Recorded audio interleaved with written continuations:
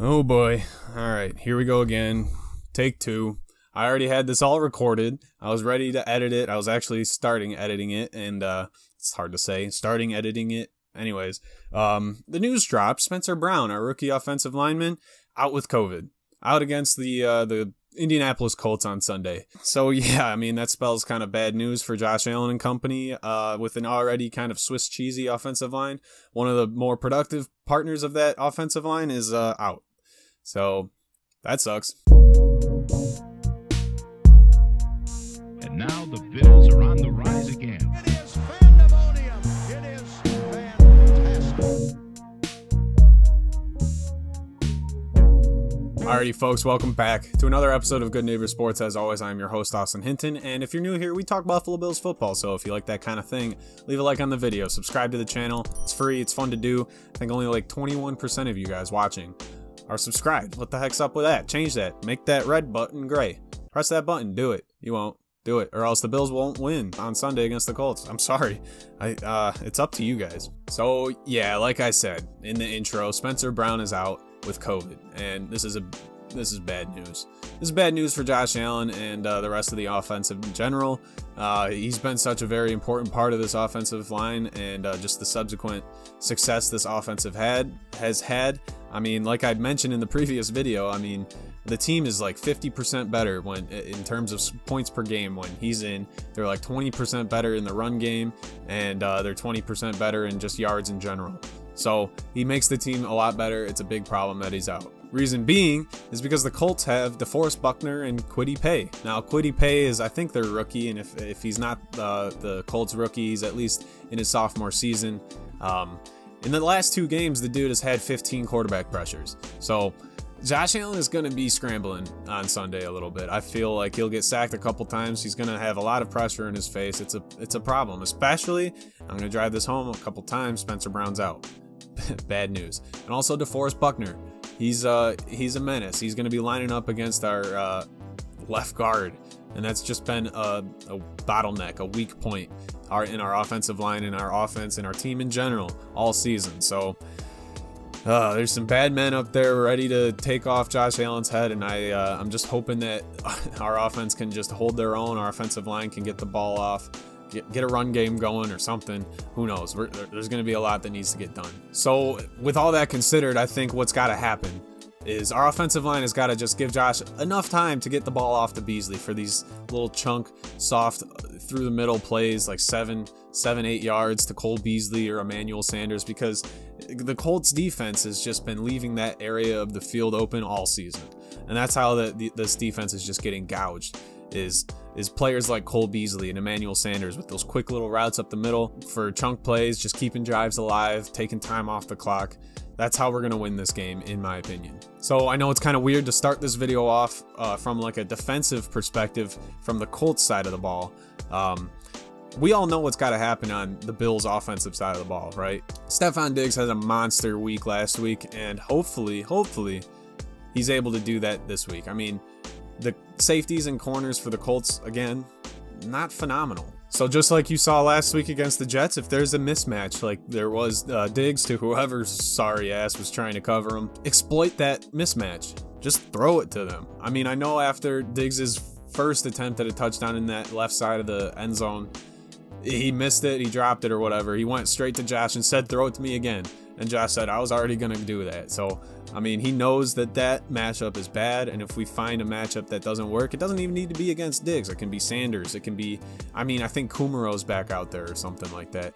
Davis, anybody. If there's a mismatch anywhere on the field, let's just target the hell out of it if we can. Because we're going to be getting pressures from their defense pretty regularly. So if we can just find something that works quick, let's just do it. So yeah, like I said, we got to attack the Colts secondary, because the Colts top defensive backs are both on IR. So it's going to be like the Jets, okay? Like I said, mismatch central. If it happens, hopefully we're just passing it a lot, but offensive line has to give Josh enough time. If that can't happen, we're going to have to rely on our running backs, which hasn't really been working so much all season, but when we have relied on them, especially Singletary, I think, in my opinion, he's been doing pretty good. Maybe throw Breida out there or I don't know. At this point, we got to have a competent run game, but also the Colts secondary is wide open, so we should be throwing it quite often. And here is a point that I was really I'm kind of worried about. All right, so keep in mind the Colts have played one extra game than the Bills have. We have had our bye week already. The Colts haven't.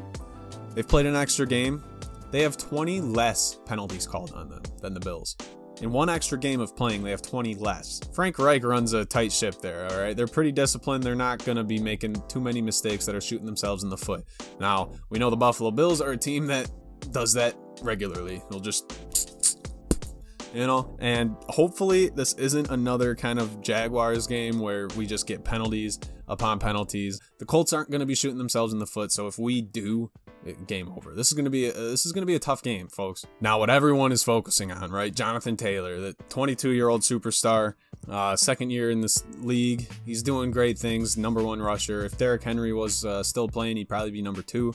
But yeah, I mean, Derrick Henry's great. Jonathan Taylor is knocking on his door. So of course we got to try and eliminate him, right? But we can't. The dude's just too good. But here's some things that I think we can do in order to mitigate or slow him down and make his effectiveness just not, you know, have it fall off a cliff a little bit. #1, AJ Klein had a hot game last game, and I say put him back in. Maybe get Taron Johnson out there, give him a rest. Put another linebacker out there to just have an extra beef on that defensive side of the ball so that Jonathan Taylor has some bigger brick walls to run through. Maybe that'll slow down their run game a bit and make Carson Wentz beat us through the air, which it's going to be Carson Wentz to Michael Pittman. So I would take Josh Allen to Diggs over that any day. So leading off that point, obviously Carson Wentz is going to have to be throwing it to either Trey White or Levi Wallace. And I like those chances. No one wants to throw it to Trey White. And if Michael Pittman, their #1 receiver, is lining up there, I mean, it's not T.Y. Hilton anymore. Let's just be real. He's going to be throwing to White a lot, and that's just a recipe for disaster for the Colts. It seems that the Buffalo Bills like to just get that early lead and then make the other teams throw it and have our defensive backs just feast.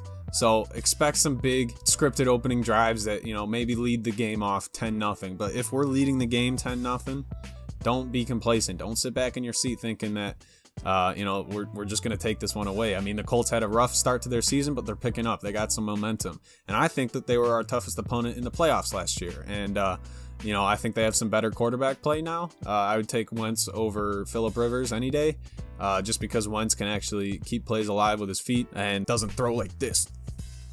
So yeah, this is the start of a stretch of games where the Bills are going to be really tested. I mean, we got the Colts, we got the Patriots, we got the Buccaneers, we got the Patriots again at some point. It's just going to be a stretch of games that's just going to be rough. And, this is the period, the month that the Bills are really going to be determining what kind of team they are. I mean, we've been beating bad teams. We've also been beaten by bad teams. So if we can beat these good teams, these kind of teams that we might run into the playoffs in, then if we can beat those teams handedly and dominantly, then our Super Bowl wishes are back on the table. All right. But after that Jags game, my expectations have been dampered a bit.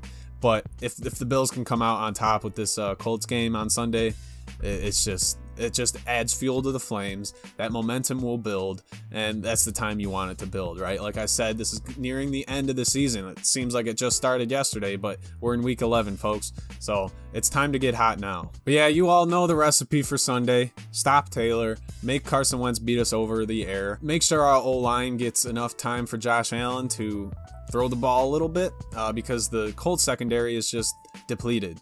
So as long as we can avoid their defensive linemen, DeForest Buckner, Kwity Paye, Quentin Nelson on the offensive line is going to be a problem for the Bills' defensive line.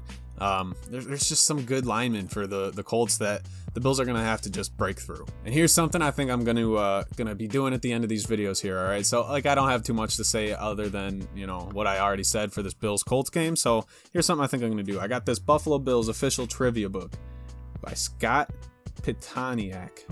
And I'm just going to flip to a random page and see what trivia there is. If you know the answer to it, leave it in the comments. Let's see. All right, so I picked this question because 2 of the 4 answers are some Lake Erie bros. All right, we got the Cleveland Browns and we got the Detroit Lions. So there's 2 more other teams I'll mention, but the question is, what NFL team did Ralph Wilson own stock in before forming the Bills? The answers are Chicago Bears, the Chicago Cardinals, the Cleveland Browns, or the Detroit Lions? Leave your answers in the comments. Let me know. No cheating. And that's all I really got for you guys today. This has been another episode of Good Neighbors Sports. As always, be good to your neighbors and go Bills.